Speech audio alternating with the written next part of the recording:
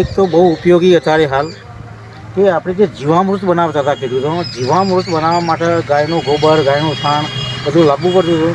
પણ એના જગ્યાએ ગૌ અમૃતમ બેક્ટેરિયા, જે જૈવિક બેક્ટેરિયા આપણી જમીનમાં જે બહુ ઉપયોગી છે, જે ગૌ અમૃતમ બેક્ટેરિયામાં જીવામૃત બનાવવા એટલી તાકાત હોય છે.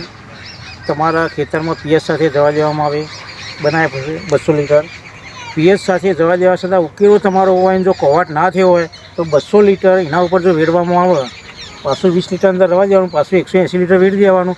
આવું 2-3 વખત પ્રોસેસ કરવામાં તો ઉકેલો પણ કમ્પોસ્ટિંગ સારું એવું મસ્ત થઈ જાય ખાતર.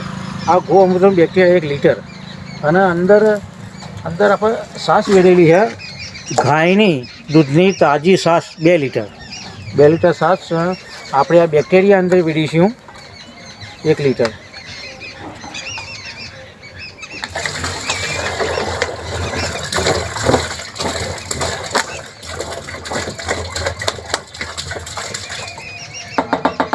આ 1 લીટર બેક્ટેરિયા પ્રોસેસ કરવા જઈએ તો આખા ગામનો ચાલી રહે, મલ્ટીફ્રાય થઈ જ જોઈએ. આમાં આખું બેરલ ખાલી કરવાનું નહીં. આ બેરલમાં 20 થી 30 લીટર અંદર પડી રહેવા દેવાનું, બાકીનું બધું આપણે વાપરી શકીએ. આમાં આ 2 કિલો ગોળ ઓગાળેલો, હા, તો આપણે ગોળનું દ્રાવણ અંદર વેડીશું. આ ગોળનું દ્રાવણ અંદર વેડીશું, બરાબર. ગોળનું દ્રાવણ વેડ્યા પછી આને 190 લીટર પાણી અંદર ભરી દેવાનું. ભર્યા પછી 5 થી 6 દિવસ સુધી એને ઘડિયાળના ક્વોટમના માફક સવાર સોજ લાવવાનું. સવારે આવીને પણ આપણે 1 દિવસ લાવી દઈએ, પછી એના ઉપર કપડું વધી દેવાનું, સોયામાં રાખવાનું. 1 અઠવાડિયે પ્રોસેસ થઈ છે, ગૌ અમૃતમ બેક્ટેરિયા તૈયાર થઈ જશે. આપણા કોઈ પણ પાકમાં પીએચ સાથે આપી શકાય, એનો સ્પ્રે પણ કરી શકાય. 1 પંપમાં 500 થી 700 ગ્રામ લઈ એનો સ્પ્રે કરી શકાય. આ બધું યુઝ ખેડૂતો માટે બહુ સરસ છે.